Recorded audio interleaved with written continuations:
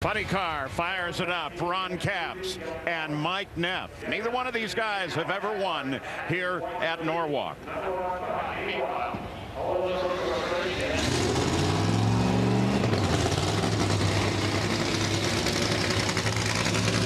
You'll crank the starter over, put a little mixture of gas and alcohol. They spin it over. It'll actually start on that gas and alcohol mixture, and then they will pull the fuel on, and then the nitro starts to cackle.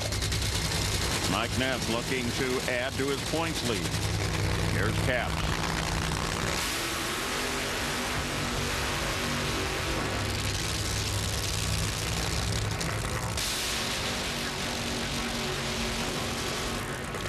Well, they have quite a challenge here because it's gotten warmer and warmer throughout this afternoon.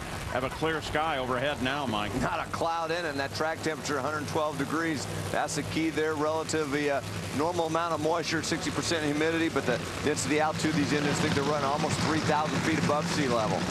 Well, Mike, we already know Mike Neff is a championship-winning crew chief. He's done it with John Force last year, and then a few years back with Gary Selzy. But now he's starting to think like a championship-winning driver.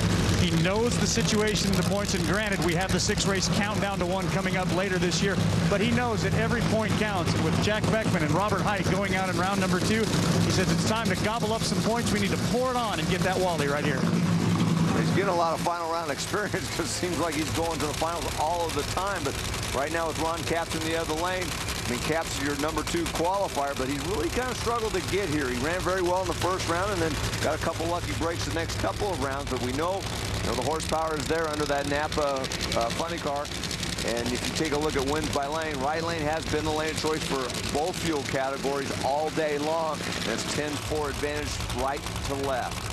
Pretty cool, though, that Tim and Kim Richards come join the team. And here sits Ron in a final. Yeah, but Mike Neff, he had lane choice. He took the left lane this time, so obviously he likes what he sees over there.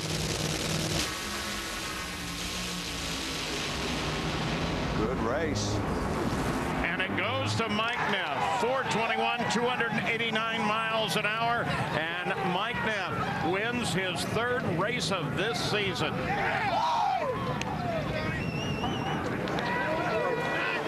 John Force racing with another Dave Reef. John, you're a heck of a race car driver. You must be a pretty good judge of talent, too. You keep bringing in all these guys that keep scooping up the Wallies. What is it about Mike Neff, and how surprised are you at what he's doing? Ron Capps, you got to hand it to him in that Napa car with Tim Richards. And Schumacher, they brought that car around. But Mike Neff, he plays the game like he always does, just like Jimmy Prock and Dean Antonelli. No pressure. God, they're really good. All these kids. Maybe I'm just lucky, or maybe I'm good at picking them, but I'm really proud of them. To watch him go down there and do what he does week after week after week, boy, it's like a broken record. Maybe John Force planking in the winner's circle later. Who knows? Stat guy. About the fact that Mike Neff now has 4 funny car wins. He ties the driver he replaced, Ashley Force Hoodwood, for along the all-time list with the Goose, Mongoose, and the Snowman. Some of the great names. Oh, getting in some major company there, Gary Gerald. Well, Mike Neff, we were talking about how tough it would be to make a tuning decision. How difficult was it on this tricky surface?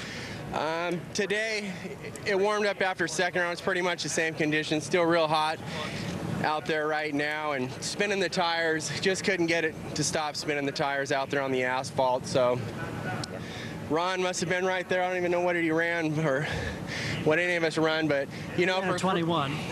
We did. Yeah. Anyways, I'm happy for Ford and Castrol, AAA. All the Ford guys were out here, and sure would have liked to see John out here, but he'll save his time for here real quick to get hot. All right, win number 3 in this season. Man, 6 finals in 10 events. Pretty impressive.